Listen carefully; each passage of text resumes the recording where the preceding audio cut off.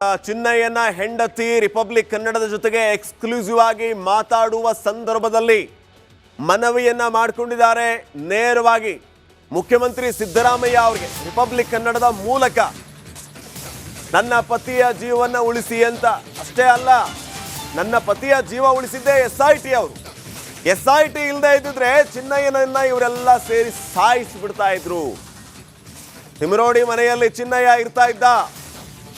SIT ಏನಾದರೂ ಇದ್ದಿರಲಿಲ್ಲ ಅಂದ್ರೆ ನನ್ನ ಗಂಡನನ್ನ ಇವರೆಲ್ಲ ಸೇರಿ ಸಾಯಿಸಿಬಿಡ್ತಾ ಇದ್ರು ಅಂತ ಚಿನ್ನಯ್ಯನ ಹೆಂಡತಿ ಹೇಳ್ತಾ ಇರೋದು. ವಾರದ ಬಳಿಕ ಚಿನ್ನಯ್ಯ ಫೋನ್ ಕಸಿದುಕೊಂಡ್ರು ಇವರು. ವಕೀಲರು ಅವರಿವರ ಫೋನ್ನಲ್ಲಿ ನನ್ನ ಗಂಡ ಮಾತಾಡ್ತಾ ಇದ್ರು, ನಾನು ಸಾಯ್ತೀನಿ ಅಂತ ಚಿನ್ನಯ್ಯ ಹೆಂಡತಿ ಹತ್ರ ಹೇಳ್ತಾ ಇದ್ನಂತೆ. ನನ್ನ ಶವ ಬಂದ್ರೆ ರಿಸೀವ್ ಮಾಡ್ಕೋಬೇಕು ಅಂತಾನೂ ಕೂಡ ಆತ ಹೇಳ್ತಾ ಇದ್ನಂತೆ. ರಿಪಬ್ಲಿಕ್ ಕನ್ನಡದ ಮುಂದೆ ಚಿನ್ನಯ್ಯ ಪತ್ನಿ ಈ ರೀತಿ ಎಲ್ಲ ವಿಚಾರಗಳನ್ನ ಹೇಳಿ ಅಳಲು ತೋಡಿಕೊಂಡಿರೋದು ನೋಡಿ. ಇಷ್ಟೇ ನೀವು ಇಮ್ಯಾಜಿನ್ ಮಾಡ್ಕೊಳ್ಳಿ ಇಲ್ಲಿ ಸತ್ಯವನ್ನ, ಚಿನ್ನಯ್ಯನ ಹೆಂಡತಿ ಹೇಳಿದ ವಿಚಾರವನ್ನ. ಹಾಗಿದ್ರೆ ಅಲ್ಲಿ ಆ ಚಿನ್ನಯ್ಯನಿಗೆ ಎಷ್ಟು ಚಿತ್ರಹಿಂಸೆಯನ್ನ ಕೊಟ್ಟಿರ್ಬೋದು ಇವರು. ಕೇಳಿ ಅವ್ರು ಏನ್ ಹೇಳಿದ್ರು. ಈಗ SIT ಅವರು ನಿಮ್ಮ ಯಜಮಾನರನ್ನ ಕಾಪಾಡಿದಾರೆ ಮೇಡಮ್. ಹೇಗೆ ಕಾಪಾಡಿದ್ರು? ಅವ್ರ ಕರ್ಕೊಂಡು ಹೋಗಿಲ್ಲ ಅಂದ್ರೆ ಇವ್ರನ್ನ ಸಾಯಿಸ್ತಾ ಇದ್ರು ಮೇಡಮ್. ಅವತ್ತು ಅದ್ ಹೆಂಗಂತ ನನಗೂ ಗೊತ್ತಿಲ್ಲ ಮೇಡಮ್. ಈಗ ಕರ್ಕೊಂಡು ಹೋಗಿಲ್ಲ ಅಂದ್ರೆ ಅವತ್ತು ನಮ್ಮ ಯಜಮಾನ್ರು ಸಾಯಿಸ್ತಾ ಇದ್ರು. ಮತ್ತೆ ಅಲ್ಲಿ ಏನಾದ್ರು ಊತ ಹಾಕ್ತಾ ಇದ್ರು. ನನ್ನ ಹತ್ರನೇ ನಿಮ್ ಯಜಮಾನ್ರು ಇಲ್ಲಿಲ್ಲ, ಅವ್ನು ಹೊಂಟೋಗ್ದ ಅಂತ ಹೇಳ್ತಾ ಇದ್ರು ಮೇಡಮ್. ನಿಮ್ಮ ಹತ್ರ ಯಾವತ್ತಾದ್ರೂ ತಿಮ್ರೋಡಿ ಅವರು ಅಥವಾ ಗಿರೀಶ್ ಮಟ್ಟಣ್ಣನವರು ಫೋನ್ ಮಾಡಿ ಮಾತಾಡಿದ್ರ? ಇಲ್ಲ, ಅವತ್ತೇ ಮಾತಾಡಿದ್ದಾರೆ ಮೇಡಮ್. ಅವತ್ತೇ 3 ಜನ ಮಾತಾಡಿದ್ದಾರೆ ಮೇಡಮ್. ನಾವ್ ಕರ್ಕೊಂಡ್ ಬಂದಿರೋದೇ ನಿನ್ನ ಗಂಡನ. ಯಾರ್ಯಾರು ಮಾತಾಡಿದ್? 3 ಜನ. ಗಿರೀಶ್ ಮಟ್ಟಣ್ಣ ಮಾತಾಡಿದ್ದಾರೆ, ತಿಮ್ಮರೆಡ್ಡಿ ಮಾತಾಡಿದ್ದಾರೆ. ಅವಾಗ ನನಗೂ ಗೊತ್ತಿಲ್ಲ ಮೇಡಮ್. ನಾ SIT ಅವರು ಪೊಲೀಸ್ ಕೊಡ್ತೀನಿ ನಿನ್ ಗಂಡನೆ, ಪೊಲೀಸ್ ಅವ್ರು ಹೊಡೆದ್ರೆ ಎಲ್ಲ ಸರಿ ಆಯ್ತದ. ಅವನಿಗೆ ಅವನು ಬೇಕಂತ ಈ ಕೆಲಸ ಮಾಡ್ತಾ ಇರೋದು, ಅವನು ತುಂಬಾ ಇದು ಮಾಡ್ತಾ ಇದ್ದಾನೆ, ಅವನಿಗೆ ಗೊತ್ತು, ಎಲ್ಲ ಗೊತ್ತು ಹಾಗಂತ ಕೇಳ್ತಾ ಇದ್ರು. ಸೊ ಹೆಣ ಊತ ಹಾಕಿರೋ ಜಾಗ ಸರಿಯಾಗಿ ತೋರ್ಸಿಲ್ಲ ಅಂತ ಹೇಳ್ತಾರೆ ಮೇಡಮ್. ಅವನಿಗೆ ಗೊತ್ತು, ತೋರಿಸಿಲ್ಲ ಅಂತ ಹೇಳ್ತಾ ಇದ್ದಾರೆ. ಮತ್ತೆ ನಾನು ಅವನಿಗೆ ಪೊಲೀಸ್ ಕೊಡ್ತೀನಿ, ಕೊಟ್ರೆ ಸರಿ ಆಯ್ತದಾಗಂತ. ಮತ್ತೆ ನಾನು ಹೇಳ್ದೆ, ಏನಣ್ಣ ನೀವ್ ಹಿಂಗೆ ಹೇಳ್ತಿರಲ್ಲ, ನಮ್ಮ ಯಜಮಾನ್ರ ಪೊಲೀಸ್ ಕೊಡ್ತೀನಿ ಅಂತ ಹೇಳ್ತಿರಲ್ವಾ, ಇದು ಹೆಂಗನ? ನಮ್ಮ ಯಜಮಾನ್ರಿಗೆ ಏನಾದ್ರು ಆದ್ರೆ ಏನು ಮಾಡಕ್ಕಾಗೋದಿಲ್ಲ. ಅವ್ನು ಕರ್ಕೊಂಡ್ ಬಂದಿದ್ದೀವಿ, ನಾವ್ ಹೇಳ್ದಂಗೆ ಕೇಳಿದ್ರೆ ಅವ್ನು ಬಚಾವ್ ಆಯ್ತಾನ, ಇಲ್ಲಂದ್ರೆ ಅವ್ನು ಬಚಾವ್ ಆಗೋದಿಲ್ಲ. ಅವನಿಗೆ ಏನಾದ್ರೂ ಒಂದು ಆಯ್ತದ, ನಮ್ಮ ಹತ್ರ ಎಲ್ಲ ಏನಕ್ಕೆ ನೀನ್ ಕೇಳ್ಬಾರ್ದು ಹಾಗಂತ ಹೇಳ್ತಾ ಇದ್ರು ಮೇಡಮ್. ಆವಾಗ ಚಿನ್ನಯ್ಯ ಅವರು ತಿಮ್ರೋಡಿ ಮನೆಯಲ್ಲೇ ಇದ್ರ? ಮನೆಯಲ್ಲೇ. ಎಷ್ಟು ದಿನ ಇದ್ರು ತಿಮ್ರೋಡಿ ಅವ್ರ ಮನೆಯಲ್ಲಿ? ಅದೇ ಮೇಡಮ್, ಇವರು ಇಲ್ಲಿಂದ ನಾನು ಕೆಲ್ಸಕ್ಕೆ ಹೋಯ್ತೀನಿ ಅಂತ ಹೋದವ್ರು ಮೇಡಮ್. 1 ವಾರ ಎಲ್ಲ ನನ್ನ ಹತ್ರ ಕೆಲಸದಲ್ಲಿ ಇದ್ದೀನಿ ಅಂತ ಮಾತಾಡ್ತಾ ಇದ್ರು ಮೇಡಮ್.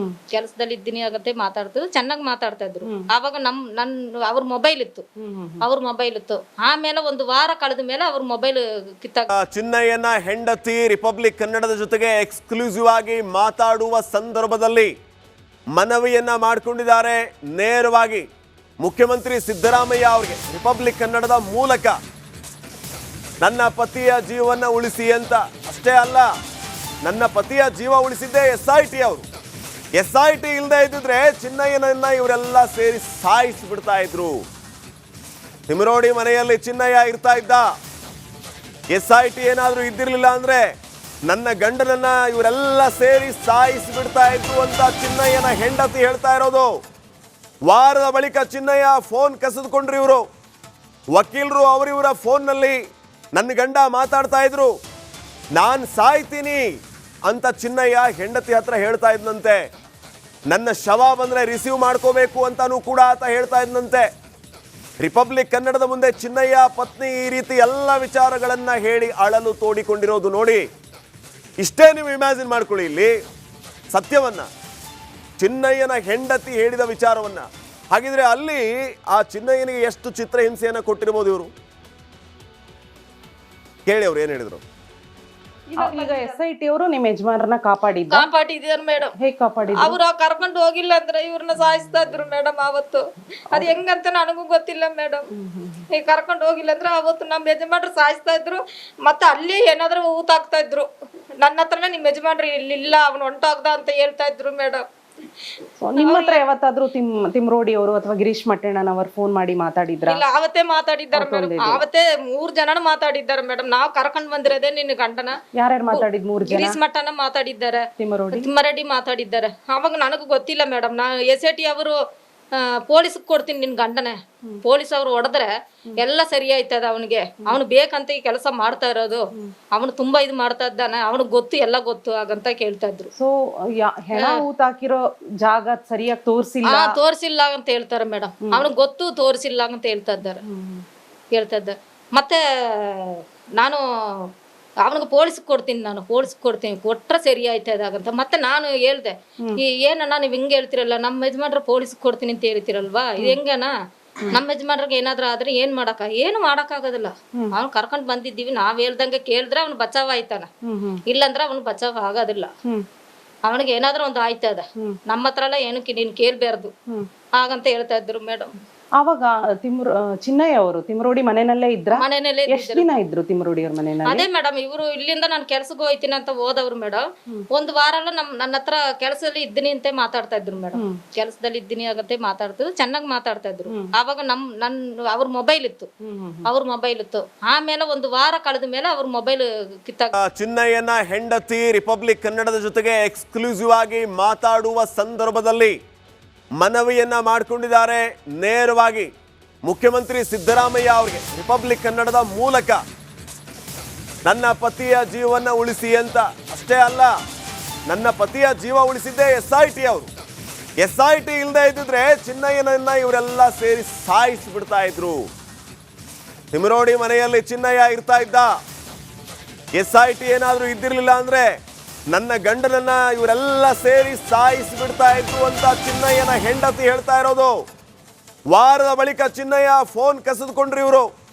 ವಕೀಲರು ಅವರಿವರ ಫೋನ್ನಲ್ಲಿ ನನ್ನ ಗಂಡ ಮಾತಾಡ್ತಾ ಇದ್ರು, ನಾನು ಸಾಯ್ತೀನಿ ಅಂತ ಚಿನ್ನಯ್ಯ ಹೆಂಡತಿ ಹತ್ರ ಹೇಳ್ತಾ ಇದ್ನಂತೆ. ನನ್ನ ಶವ ಬಂದ್ರೆ ರಿಸೀವ್ ಮಾಡ್ಕೋಬೇಕು ಅಂತಾನೂ ಕೂಡ ಆತ ಹೇಳ್ತಾ ಇದ್ನಂತೆ. ರಿಪಬ್ಲಿಕ್ ಕನ್ನಡದ ಮುಂದೆ ಚಿನ್ನಯ್ಯ ಪತ್ನಿ ಈ ರೀತಿ ಎಲ್ಲ ವಿಚಾರಗಳನ್ನ ಹೇಳಿ ಅಳಲು ತೋಡಿಕೊಂಡಿರೋದು ನೋಡಿ. ಇಷ್ಟೇ ನೀವು ಇಮ್ಯಾಜಿನ್ ಮಾಡ್ಕೊಳ್ಳಿ ಇಲ್ಲಿ ಸತ್ಯವನ್ನ, ಚಿನ್ನಯ್ಯನ ಹೆಂಡತಿ ಹೇಳಿದ ವಿಚಾರವನ್ನ. ಹಾಗಿದ್ರೆ ಅಲ್ಲಿ ಆ ಚಿನ್ನಯ್ಯನಿಗೆ ಎಷ್ಟು ಚಿತ್ರಹಿಂಸೆಯನ್ನ ಕೊಟ್ಟಿರ್ಬೋದು ಇವರು? ಕೇಳಿ ಅವ್ರು ಏನ್ ಹೇಳಿದ್ರು. ಈಗ SIT ಅವರು ನಿಮ್ಮ ಯಜಮಾನರನ್ನ ಕಾಪಾಡಿದಾರೆ ಮೇಡಮ್. ಹೇಗೆ ಕಾಪಾಡಿದ್ರು? ಅವ್ರು ಕರ್ಕೊಂಡು ಹೋಗಿಲ್ಲ ಅಂದ್ರೆ ಇವ್ರನ್ನ ಸಾಯಿಸ್ತಾ ಇದ್ರು ಮೇಡಮ್. ಅವತ್ತು ಅದ್ ಹೆಂಗಂತ ನನಗೂ ಗೊತ್ತಿಲ್ಲ ಮೇಡಮ್. ಈಗ ಕರ್ಕೊಂಡು ಹೋಗಿಲ್ಲ ಅಂದ್ರೆ ಅವತ್ತು ನಮ್ಮ ಯಜಮಾನ್ರು ಸಾಯಿಸ್ತಾ ಇದ್ರು. ಮತ್ತೆ ಅಲ್ಲಿ ಏನಾದ್ರು ಊತಾಕ್ತಾ ಇದ್ರು. ನನ್ನ ಹತ್ರನೇ ನಿಮ್ ಯಜಮಾನ್ರು ಇಲ್ಲಿಲ್ಲ, ಅವ್ನು ಹೊಂಟೋಗ್ದ ಅಂತ ಹೇಳ್ತಾ ಇದ್ರು ಮೇಡಮ್. ನಿಮ್ಮ ಹತ್ರ ಯಾವತ್ತಾದ್ರೂ ತಿಮ್ರೋಡಿ ಅವರು ಅಥವಾ ಗಿರೀಶ್ ಮಟ್ಟಣ್ಣನವರು ಫೋನ್ ಮಾಡಿ ಮಾತಾಡಿದ್ರ? ಇಲ್ಲ, ಅವತ್ತೇ ಮಾತಾಡಿದ್ದಾರೆ ಮೇಡಮ್. ಅವತ್ತೇ 3 ಜನ ಮಾತಾಡಿದ್ದಾರೆ ಮೇಡಮ್. ನಾವ್ ಕರ್ಕೊಂಡ್ ಬಂದಿರೋದೇ ನಿನ್ನ ಗಂಡನ. ಯಾರ್ಯಾರು ಮಾತಾಡಿದ್? 3 ಜನ. ಗಿರೀಶ್ ಮಟ್ಟಣ್ಣ ಮಾತಾಡಿದ್ದಾರೆ, ತಿಮ್ಮಾರೆಡ್ಡಿ ಮಾತಾಡಿದ್ದಾರೆ. ಅವಾಗ ನನಗೂ ಗೊತ್ತಿಲ್ಲ ಮೇಡಮ್. SIT ಅವರು ಪೊಲೀಸ್ಗೆ ಕೊಡ್ತೀನಿ ನಿನ್ ಗಂಡನೇ. ಪೊಲೀಸ್ ಅವ್ರು ಹೊಡೆದ್ರೆ ಎಲ್ಲ ಸರಿ ಆಯ್ತದ ಅವನಿಗೆ. ಅವನು ಬೇಕಂತ ಈ ಕೆಲಸ ಮಾಡ್ತಾ ಇರೋದು. ಅವನು ತುಂಬಾ ಇದು ಮಾಡ್ತಾ ಇದ್ದಾನೆ. ಅವನಿಗೆ ಗೊತ್ತು, ಎಲ್ಲ ಗೊತ್ತು ಹಾಗಂತ ಕೇಳ್ತಾ ಇದ್ರು. ಸೊ ಹೆಣ ಊತಾಕಿರೋ ಜಾಗ ಸರಿಯಾಗಿ ತೋರಿಸಿಲ್ಲ ಅಂತ ಹೇಳ್ತಾರೆ ಮೇಡಮ್. ಅವನಿಗೆ ಗೊತ್ತು, ತೋರಿಸಿಲ್ಲ ಅಂತ ಹೇಳ್ತಾ ಇದ್ದಾರೆ.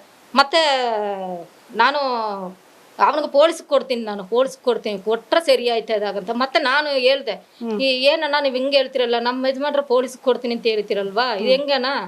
ನಮ್ಮ ಯಜಮಾನ್ರಿಗೆ ಏನಾದ್ರು ಆದ್ರೆ ಏನು ಮಾಡಕ್ಕಾಗೋದಿಲ್ಲ. ಅವ್ನು ಕರ್ಕೊಂಡ್ ಬಂದಿದ್ದೀವಿ, ನಾವ್ ಹೇಳ್ದಂಗೆ ಕೇಳಿದ್ರೆ ಅವ್ನು ಬಚಾವ್ ಆಯ್ತಾನ, ಇಲ್ಲಂದ್ರೆ ಅವ್ನು ಬಚಾವ್ ಆಗೋದಿಲ್ಲ. ಅವನಿಗೆ ಏನಾದ್ರೂ ಒಂದು ಆಯ್ತದ, ನಮ್ಮ ಹತ್ರ ಎಲ್ಲ ಏನಕ್ಕೆ ನೀನ್ ಕೇಳ್ಬಾರ್ದು ಹಾಗಂತ ಹೇಳ್ತಾ ಇದ್ರು ಮೇಡಮ್. ಆವಾಗ ಚಿನ್ನಯ್ಯ ಅವರು ತಿಮ್ರೋಡಿ ಮನೆಯಲ್ಲೇ ಇದ್ರ? ಮನೆಯಲ್ಲೇ. ಎಷ್ಟು ದಿನ ಇದ್ರು ತಿಮ್ರೋಡಿ ಅವ್ರ ಮನೆಯಲ್ಲಿ? ಅದೇ ಮೇಡಮ್, ಇವರು ಇಲ್ಲಿಂದ ನಾನು ಕೆಲ್ಸಕ್ಕೆ ಹೋಯ್ತೀನಿ ಅಂತ ಹೋದವ್ರು ಮೇಡಮ್. ಒಂದು ವಾರ ಎಲ್ಲ ನನ್ನ ಹತ್ರ ಕೆಲಸದಲ್ಲಿ ಇದ್ದೀನಿ ಅಂತ ಮಾತಾಡ್ತಾ ಇದ್ರು ಮೇಡಮ್. ಕೆಲಸದಲ್ಲಿ ಇದ್ದೀನಿ ಆಗಂತೆ ಮಾತಾಡ್ತಿದ್ರು, ಚೆನ್ನಾಗಿ ಮಾತಾಡ್ತಾ ಇದ್ರು. ಆವಾಗ ಅವ್ರ ಮೊಬೈಲ್ ಇತ್ತು. ಆಮೇಲೆ ಒಂದು ವಾರ ಕಳೆದ ಮೇಲೆ ಅವ್ರ ಮೊಬೈಲ್ ಕಿತ್ತಾಗ